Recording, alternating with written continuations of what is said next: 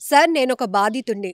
నేను ఎంతో కష్టపడి పనిచేస్తుంటే, నా భార్య కొంతమంది మహిళలతో కూర్చొని పేకాట ఆడుతూ తన కష్టార్జితాన్ని వృధా పాలు చేస్తుంది అంటూ ఒక బాధితుడు అంటే భర్త విశాఖ నగర పోలీస్ కమిషనర్ గారిని కలిసి కంప్లెయింట్ ఇచ్చాడు.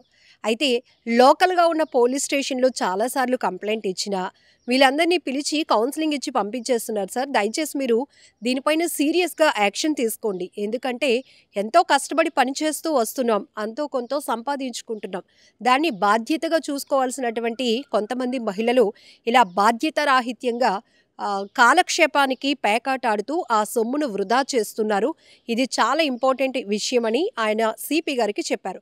దీంతో టాస్క్ ఫోర్స్ పోలీసులు ఫోర్త్ టౌన్ పోలీస్ స్టేషన్ పరిధిలో ఉన్న అక్కయ్యపాలెం లలితానగర్‌లో రైడ్ చేస్తే అక్కడ ఒక 6 మహిళలు ఎంచక్కా కొన్ని డబ్బులు పక్కన పెట్టుకొని పేకాట ఆడుతూ కనిపించారు. ఇమ్మీడియేట్‌గా వాళ్ళని పోలీసులు అదుపులోనికి తీసుకొని కౌన్సెలింగ్ ఇచ్చారు.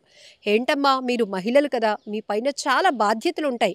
సరదాగా కాసేపు ఏదైనా చెయ్యొచ్చు. కానీ ఇలాంటివి చేస్తూ ఇంట్లో వాళ్ళని ఇబ్బంది పెట్టటం కరెక్ట్ కాదు కదా!" అంటూ వాళ్ళకి కౌన్సెలింగ్ ఇచ్చారు. అయితే ఇక్కడ ఇది ఎందుకు ఇంత సీరియస్ అయింది? ఆ భర్త ఏకంగా పోలీసులకి కంప్లెయింట్ ఇచ్చి విసిగిపోయి పోలీస్ బాస్ వరకు వెళ్లి కంప్లెయింట్ ఇచ్చారు అంటే 100% మనం మాట్లాడుకోవాల్సిన విషయాలు చాలానే ఉంటాయి.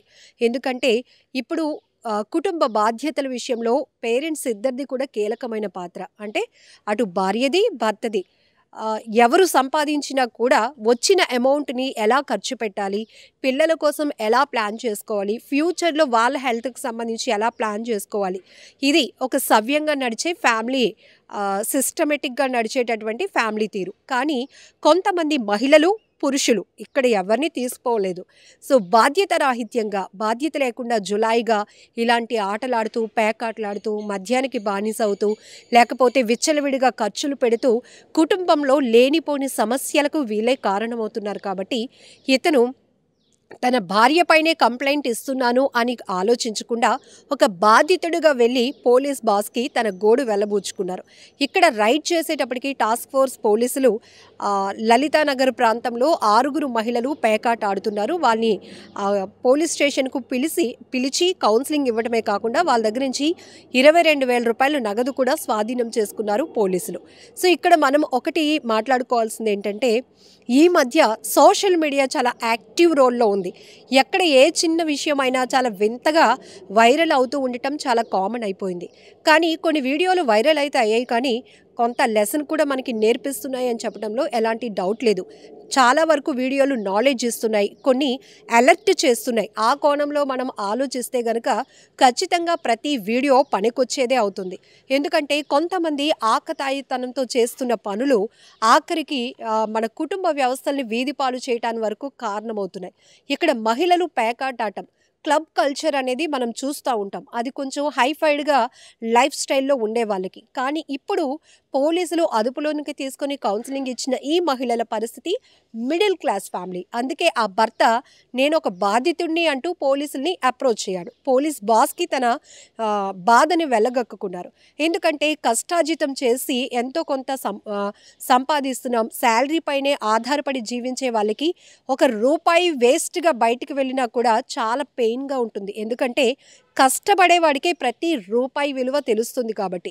విచ్చలవిడిగా డబ్బొచ్చిందనుకోండి, దాన్ని అదే విచ్చలవిడితనంతో ఖర్చు పెట్టే వాళ్ళకి ఏ లెక్క ఉండదు. కానీ మధ్య తరగతి కుటుంబాలు, పేదరికంలో ఉన్న వాళ్ళ సంగతికొస్తే ప్రతి రూపాయి చాలా విలువైనదిగానే ఉంటుంది. ఆ రూపాయి దేనికైనా ఫ్యామిలీకి, కుటుంబానికి, ఆరోగ్యానికి కోసం కావచ్చు, లేతే ఏదైనా కొనుక్కోవటానికి ఉపయోగపడుతుందా అని ఆలోచించే మైండ్ సెట్స్ మనవి. ఇలాంటి సందర్భంలోనే కొంతమంది ఎవరో ఒకరు వచ్చి ఇలా మనం సరదాగా ఆడదామంటారు.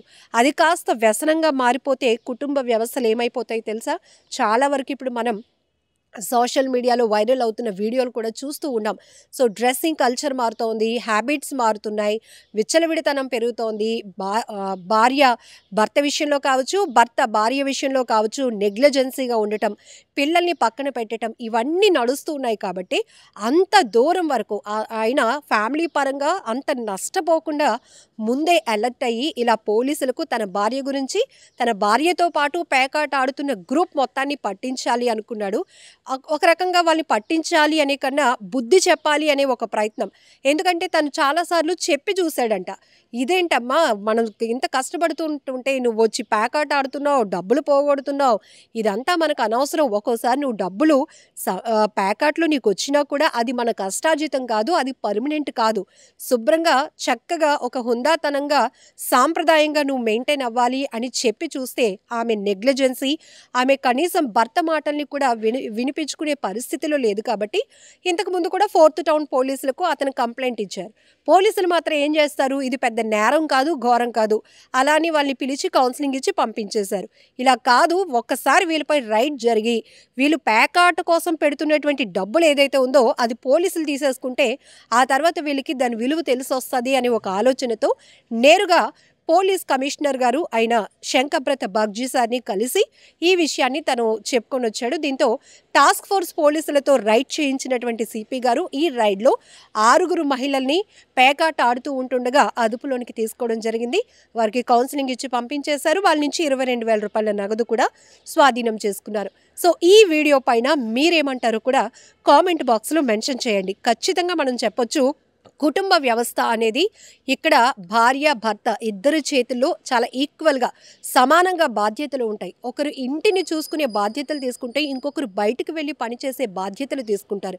ఇంకొన్ని ఫ్యామిలీస్లో అయితే భార్య భర్త ఇద్దరూ సంపాదిస్తూ ఇద్దరు కూడా కుటుంబాన్ని హ్యాపీగా తీసుకువెళ్ళాలి, పిల్లల కోసం ఆలోచించాలి అని చాలా సాక్రిఫైస్ చేస్తూ ఉన్నటువంటి ఫ్యామిలీస్ని చూస్తున్నాం.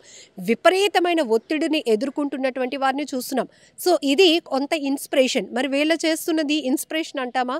చాలామంది ఇబ్బంది పడే పరిస్థితులు ఉంటాయి కదా. సో ఈ వీడియో పైన మీ అభిప్రాయాన్ని కూడా కామెంట్ బాక్స్లో మెన్షన్ చేయండి. నిజంగా ప్రస్తుతం ఉన్నటువంటి సమాజం దేనికి ప్రయారిటీ ఇస్తుంది? ఆర్థిక సంబంధాల చుట్టూ మాత్రమే తిరుగుతోంది. మళ్ళీ ఎన్నికలంగానే చాలా విరక్తి కలుగుతున్నాం. మంచి అనిపిస్తుంది కదా, లేడీస్ కూడా ఛాలెంజింగ్ జాబ్స్ చేసినప్పుడు చాలా బాగుంటది. ట్రాఫిక్ అసిస్టెంట్స్ గా నియమించిన ట్రాన్స్జెండర్స్ అందరితో సాల్యూట్ చేయించుకుంటున్నారు. ఫుడ్ డెలివరీ ఇవ్వటానికి వెళ్ళినటువంటి డెలివరీ బాయ్ అనిల్ పై కళ్ళ ముందు పెళ్ళండి